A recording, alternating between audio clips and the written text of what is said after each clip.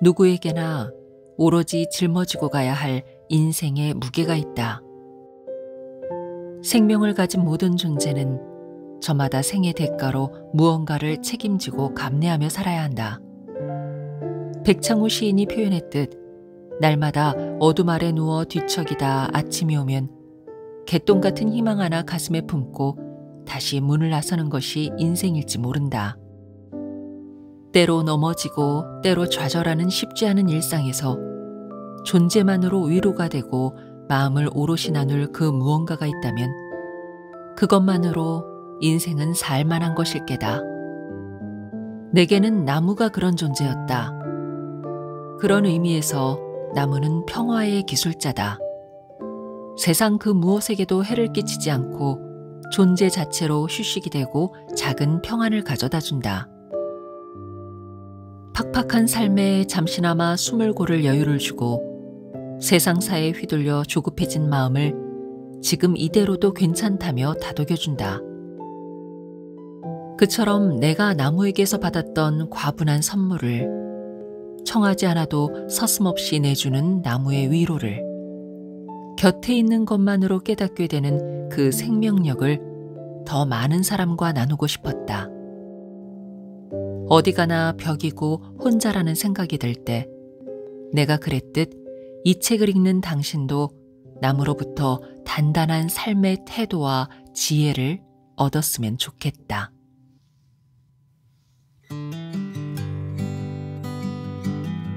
안녕하세요. 힐링필드입니다. 내가 정말 배워야 할 모든 것은 나무에게서 배웠다라고 말하는 30년 경력의 나무의사가 있습니다.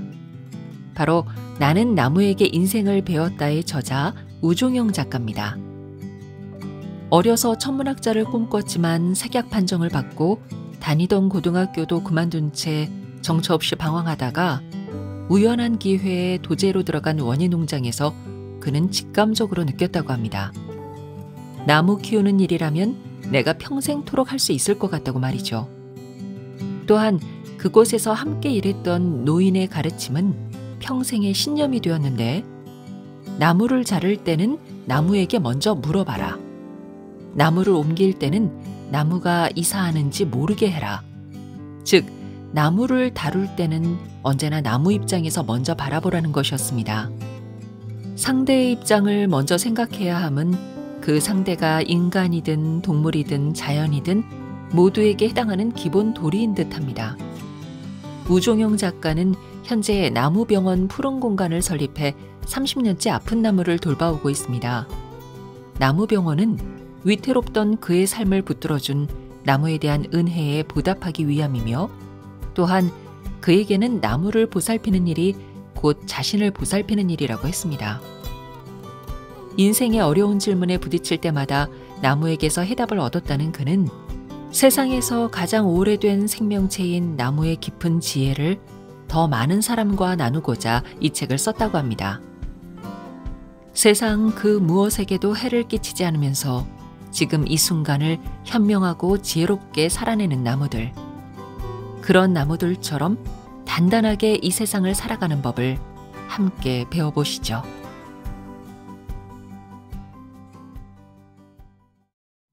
아무것도 할 수 없던 순간에 나무가 가르쳐 준 것. 살다 보면 누구나 뜻하지 않은 시련을 겪게 마련이다. 내게도 그런 순간이 있었다. 책을 쓰고 한참 강의도 다니던 50대 중반쯤 갑작스럽게 다리 수술을 받게 되었다. 혈기왕성하던 30대 때 산에서 굴러떨어져 왼쪽 무릎 연골이 파열된 적이 있는데 의사의 말을 듣지 않고 계속 산을 오르내린 것이 화근이었다. 10여 년 전 참나무 시드름병 방제를 위해 산에 오르다 왼쪽 무릎에 갑자기 칼로 후벼 파는 것 같은 통증이 몰려왔다. 너무 아팠다. 비명도 지르지 못하고 구르듯 산에서 내려와 병원을 찾아갔더니 의사가 말했다. 그냥 놔두면 산에 다니는 건 고사하고 아예 못 걷게 될지도 모릅니다. 문제는 수술이 필요한 곳이 왼쪽 무릎만이 아니라는 사실이었다. 검사를 받아보니 아픈 왼쪽 다리를 대신해 버텨온 오른쪽 무릎도 손상된 상태였다. 양다리 모두 수술하는 것 외에는 뾰족한 치료법이 없었다. 의사는 수술하면 한동안 바깥 출입조차 쉽지 않을 거라고 말했다. 그래도 설마 했던 것 같다. 수술을 잘 끝내면 돌아오는 봄에는 다시 산에 갈 수 있을 거라고 생각했던 것이다. 하지만 그것은 오산이었다. 회복은 너무나 더뎠고 그러는 사이 계절이 2번이나 바뀌었다. 봄을 지나 실록의 나무가 지천에 자라는 한여름에 접어들기까지 나는 아무것도 하지 못한 채 집에 틀어박혀 있었다. 거동이 불편하니 산에 오르기는커녕 강연도 나갈 수 없었다. 그런데 생각보다 그 열패감이 컸다. 평생 전국 방방곡곡을 누비며 살아온 내가 당시에 할 수 있는 일이라곤 아파트 창문 밖으로 북한산 자락을 바라보는 게 전부였다.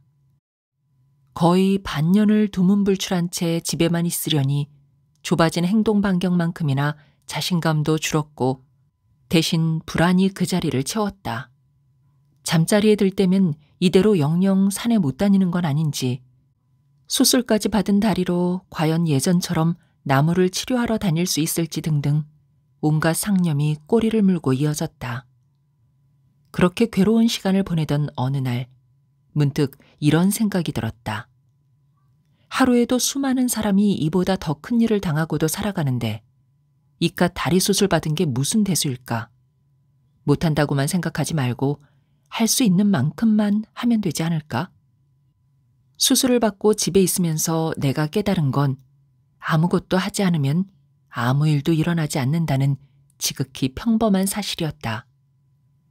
그렇게 마음을 달리 먹고 창밖을 바라보니 이제 막 단풍이 들기 시작한 나무들이 눈에 들어왔다. 실록의 잎끝을 붉게 물들이는 나무들을 바라보며 결심했다. 목발을 짚고 지리산을 종주해보자. 어차피 남아도는 게 시간이니 남들 10걸음 걸을 때 나는 1걸음 걸으면 될 일. 목발의 의지에 한 걸음 한 걸음 천천히 걷다가 정 힘이 들면 그냥 돌아오면 될 터였다. 그렇게 나는 딱 1걸음만 떼어보자는 마음으로 지리산 종주에 나섰다.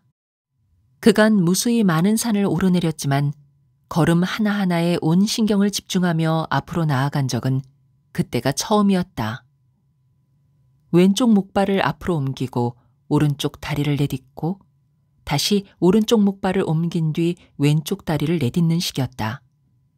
사람들은 목발을 짚고 산에 오르는 나를 신기한 눈으로 쳐다봤지만 개의치 않았다. 내게 중요한 건 시간이 걸릴지라도 오직 내 힘으로 종주를 끝내는 것이었다. 대원사에서 시작한 첫날의 산행은 치반목 산장에서 끝이 났다. 보통 사람의 걸음으로 서너 시간이면 충분한 거리였지만 나는 새벽부터 밤늦은 시간까지 쉬지 않고 걸은 뒤에야 겨우 산장에 도착할 수 있었다. 하지만 나는 그 어떤 산행 때보다도 기뻤다. 걸음이 느린 덕에 아주 작은 들풀도 놓치지 않고 눈을 맞출 수 있었고 숨이 가빠 걸음을 멈출 때마다 바닥에 쌓인 낙엽들이 지친 내 발목을 어루만져 주었다. 이렇게 좋을 줄 알았다면 진즉 나설 걸 하고 후회가 될 정도였다. 그러고 보면 나는 그동안 내가 만든 감옥에 스스로를 가둔 채 괴로워했던 것이다. 한 걸음을 내디딜 시도조차 해보지 않은 채 말이다. 목발을 짚고서도 산에 오를 수 있다는 걸 확인한 나는 이튿날부터 과감하게 야간 산행을 감행했다. 참고로 요즘은 야간 산행이 금지되어 있다. 느린 걸음 때문에 좁은 산길을 오가는 사람들에게 불편을 끼치는 것이 신경 쓰이기도 했거니와 빠른 걸음으로 나를 지나쳐가는 이들을 보며 어렵게 다잡은 마음이 심란해지는 게 싫었다. 게다가 산에 대해 잘 알고 있고 더욱이 안반도 아닌 숲길을 걷는데 밤이라고 특별히 어려울 것 같지 않았다. 무엇보다 해보지 않고서는 모를 일이었다. 지난 6개월간 집에 갇혀 지낸 것도 기실 내 안의 두려움 때문이 아니었던가. 문제는 밤길이 아니라 걸음도 떼기 전에 주춤대는 내 마음이었다. 탐방객이 줄어드는 오후가 되어 슬슬 걷기 시작했다. 이윽고 밤이 되어 헤드랜턴을 켰지만 전등이 비추는 곳을 제외하고는 주변이 너무 깜깜했다. 그래서 과감히 전등을 꺼버렸다. 한밤중의 빛은 역설적이게도 공포감을 더 불러일으키기 때문이다. 전등을 끈 채 호흡을 가다듬는 동안 두 눈이 어둠에 익숙해지면서 풀과 나무가 보이기 시작했다. 그 사이사이에 숨어있는 벌레들의 작은 읊조림도 조금씩 들려왔다. 한결 편안해진 마음으로 하늘을 올려다보니 수많은 별들이 반짝이고 있었다. 하늘 가득한 별들이 마치 내게 이렇게 말해주는 듯했다. 걱정하지 말고 한 걸음씩 내디뎌 보라고. 포기하지만 않는다면 원하는 곳에 이룰 수 있을 거라고. 해가 내리쬐고 사람들로 분주한 한낮에는 바위나 나무 등걸에 기대어 쪽잠을 자고 어스름한 저녁부터 새벽까지 걷기를 일주일. 비록 남들보다 2배 이상 시간이 걸리긴 했지만 나는 애초 생각대로 목발을 짚은 채 무사히 지리산 종주를 마칠 수 있었다. 마지막 날 노고단 정상에서 서서히 떠오르는 해를 보며 생각했다. 목발을 짚고 나설 생각을 하지 못했다면 죽을 때까지 이런 기쁨을 절대 몰랐겠구나. 정말이지 해보지 않고서는 알 수 없는 게 인생이구나. 지리산 종주를 마친 뒤에도 한동안 나는 목발 신세를 면치 못했다. 수개월이 지난 후에야 조금씩 걸을 수 있게 됐지만 전처럼 높은 바위를 오르거나 경사진 곳에서 내달리진 못한다. 하지만 이상하게도 마음은 수술을 받기 전보다 훨씬 더 자유로워졌다. 어떤 어려움이 닥치든 내가 무언가를 할 수 있는지 없는지 판단하는 척도는 내게 달렸고 정말 두려워할 것은 두려움 그 자체뿐이라는 걸 깨달았기 때문이다. 중요한 건 지금 내가 할 수 있는 일을 찾아 해보는 것이다. 물론 아무것도 변하지 않을지 모른다.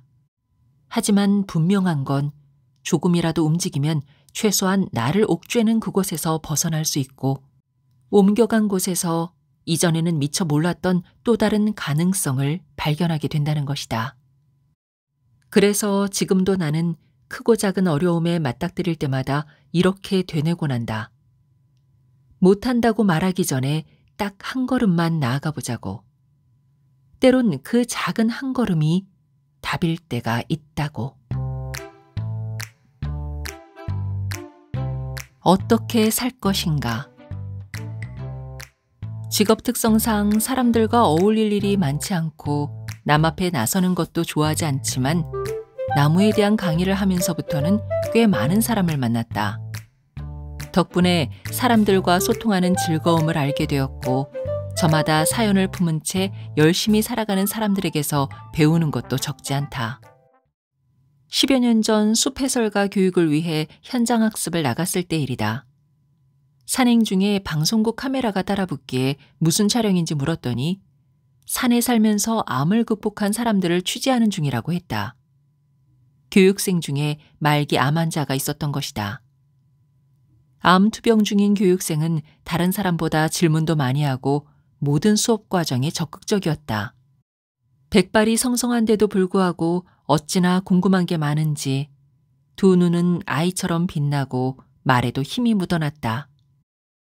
교육이 끝난 뒤 조용히 물어보았다. 몸도 많이 힘드실 텐데 어떻게 이 교육을 듣게 되셨어요?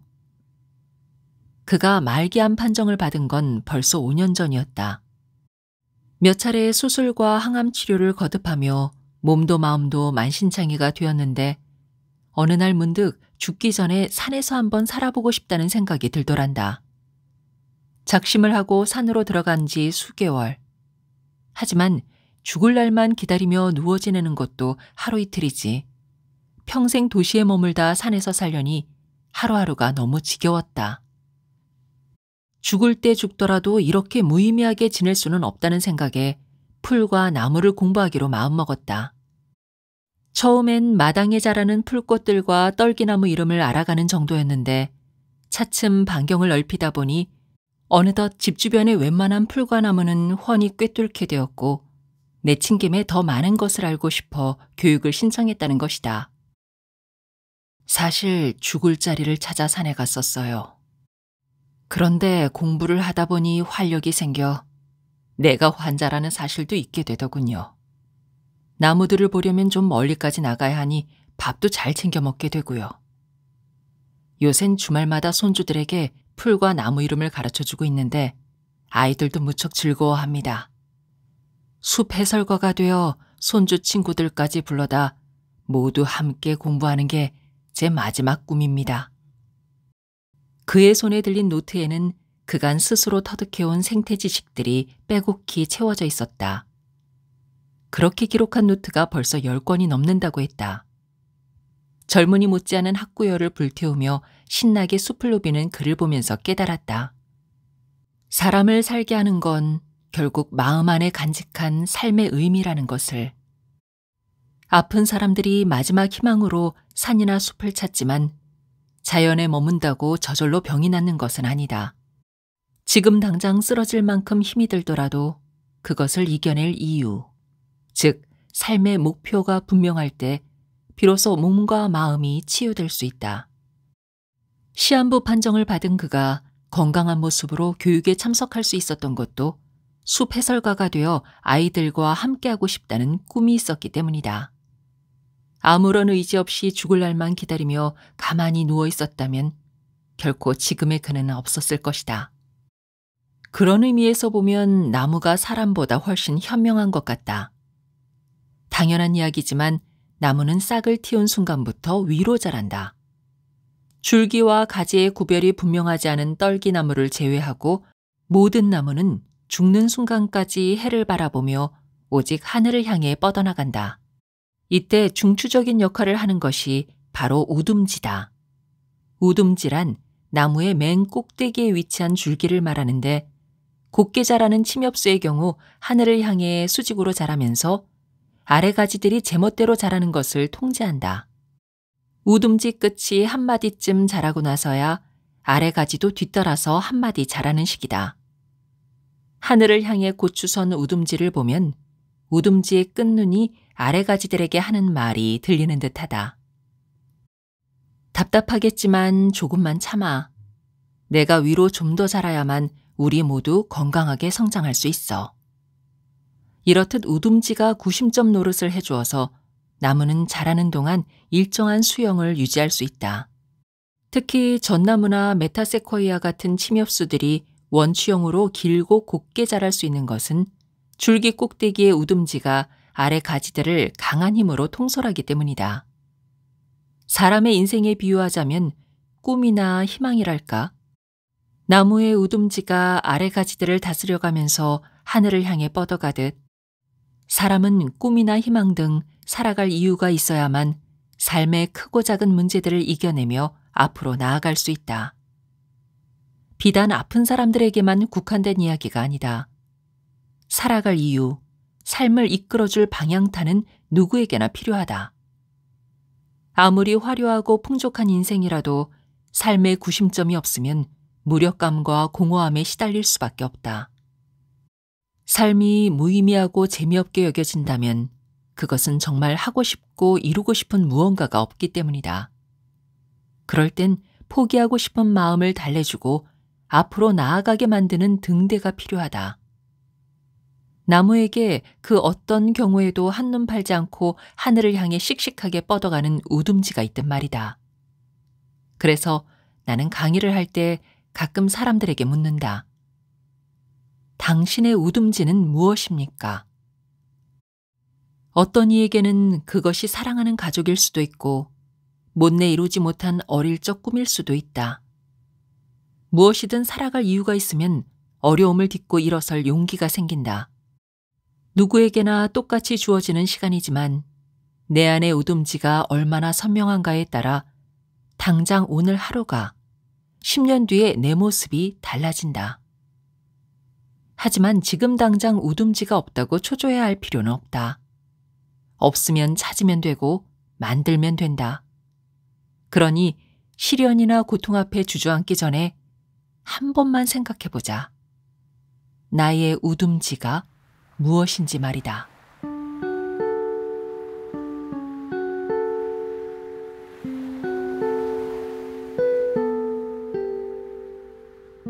괜찮습니다. 느리면 좀 어떻습니까? 한 여론조사 기관이 2004년과 2014년 두 차례에 걸쳐 만 13세 이상 일반인에게 가장 좋아하는 나무를 물었는데 두 번 다 소나무라는 답변이 가장 많았다. 불과 100년 전만 해도 작은 반상부터 장롱까지 각종 가구를 만들 때 소나무를 즐겨 썼고 먹을 것이 없을 때는 속껍질을 벗겨 먹기도 했다. 지금도 소나무는 상가들 어디서나 쉽게 볼 수 있을 만큼 친숙하고 건물 조경수로도 가장 많이 찾는 나무 중 하나다. 소나무와 우리의 인연은 지금으로부터 4,000년 전 우리 선조들이 한반도로 내려오면서부터 시작됐다. 한반도에 정착한 선조들이 주변 숲을 개간해 집과 밭을 일구고 나무를 연료로 쓰면서 소나무는 점점 세를 넓혀갔다. 사람들이 크고 작은 전쟁을 벌여 숲이 파괴되면 오히려 소나무는 파괴된 숲 사이로 자신의 영토를 더욱 확장했다. 소나무는 햇볕을 많이 받아야만 잘 자랄 수 있기 때문에 사람들에 의해 파괴된 숲은 소나무가 자라기에 더할 나위 없이 좋은 조건이었다. 이렇듯 오랜 역사의 소용돌이 속에서도 기세 좋게 자리를 넓혀가던 소나무가 우리나라를 대표하는 나무로 우뚝 서게 된 것은 조선시대에 들어서면서부터다. 왕가를 비롯해 관청이나 양반의 가옥을 지을 때 소나무는 없어서는 안 될 귀한 재료였다. 방가의 상징이랄까?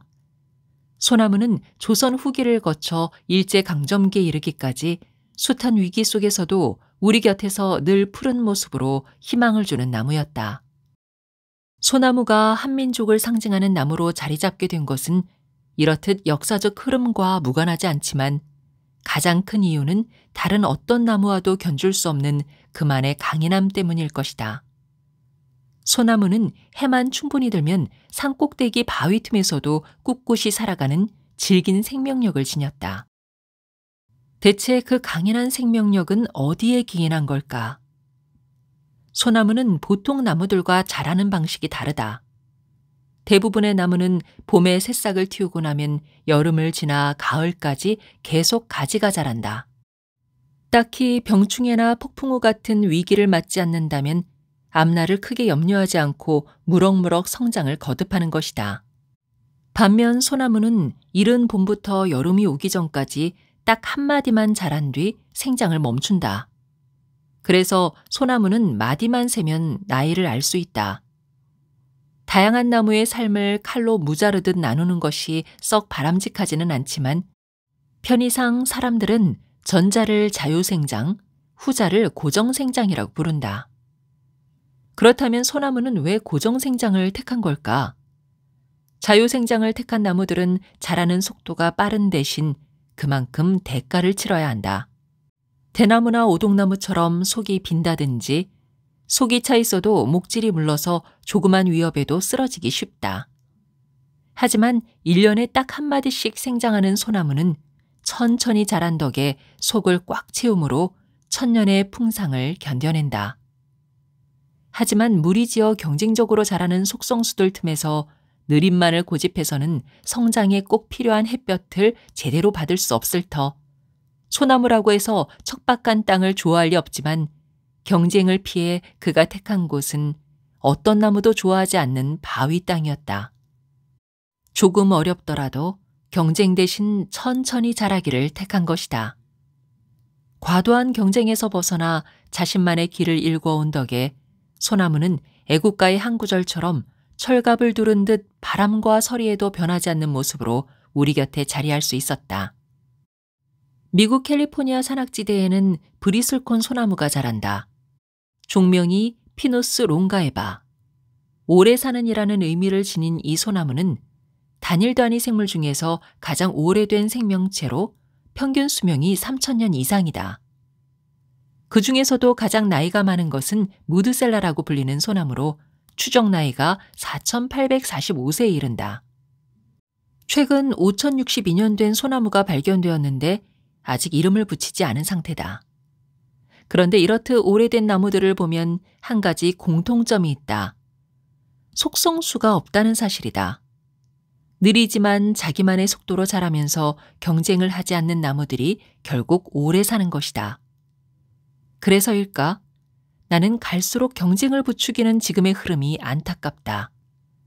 피라미드식 경쟁 구조에서 어떻게든 살아남기 위해 최선을 다하지만 위로 오를수록 살아남는 사람은 얼마 되지 않기에 결국 대부분이 도태될 수밖에 없다.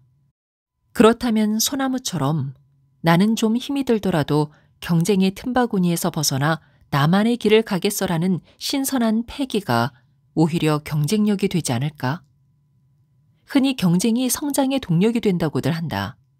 하지만 과도한 경쟁은 목적을 잃게 하고 회의감을 불러일으키며 종국엔 지금 자기가 어디쯤에 있는지조차 알 수 없게 만든다. 가장 큰 문제는 피라미드식 경쟁 구조는 1등이 되어도 그것을 계속 지키기가 너무 어렵다는 데 있다. 치고 올라오는 사람이 너무 많기에 1등에서 밀려나는 건 순식간이다. 밀려난 즉시 사람들이 보내던 찬사와 환호 또한 사라지고 남는 건 삶의 허무뿐이다. 그러니 빠르게 갈 사람은 빠르게 가게 두고 느리게 갈 사람은 느리게 가게 두고 저마다 자기만의 속도를 찾아가는 것. 지금 우리에게 필요한 것은 바로 그게 아닐까? 미국의 사상가 헨리 데이비드 소로가 월든에서 한 말을 마지막으로 전한다. 왜 우리는 성공하려고 그처럼 필사적으로 서두르며 그처럼 무모하게 일을 추진하는 것일까? 어떤 사람이 자기의 또래들과 보조를 맞추지 않는다면 그것은 아마 그가 그들과는 다른 고수의 북소리를 듣고 있기 때문일 것이다. 그 사람으로 하여금 자신이 듣는 음악에 맞추어 걸어가도록 내버려두라. 그 북소리의 박자가 어떻든 또 그 소리가 얼마나 먼 곳에서 들리든 말이다. 그가 꼭 사과나무나 떡갈나무와 같은 속도로 성숙해야 한다는 법칙은 없다.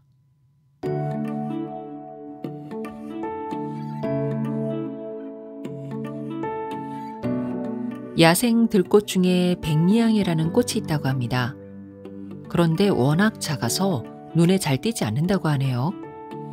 백리향이라는 이름은 향이 백리까지 퍼져나간다기보다는 발끝에 묻은 향기가 백리를 지나도록 오래 남는다고 해서 붙은 이름이랍니다. 오늘 나무를 통해서 얻은 삶의 지혜가 백리향처럼 오래도록 나의 인생에 배어있기를 바라봅니다. 지금까지 메이븐에서 펴낸 우종용 작가의 나는 나무에게 인생을 배웠다였습니다. 끝까지 힐링필드와 함께 해주셔서 감사합니다. 건강하세요.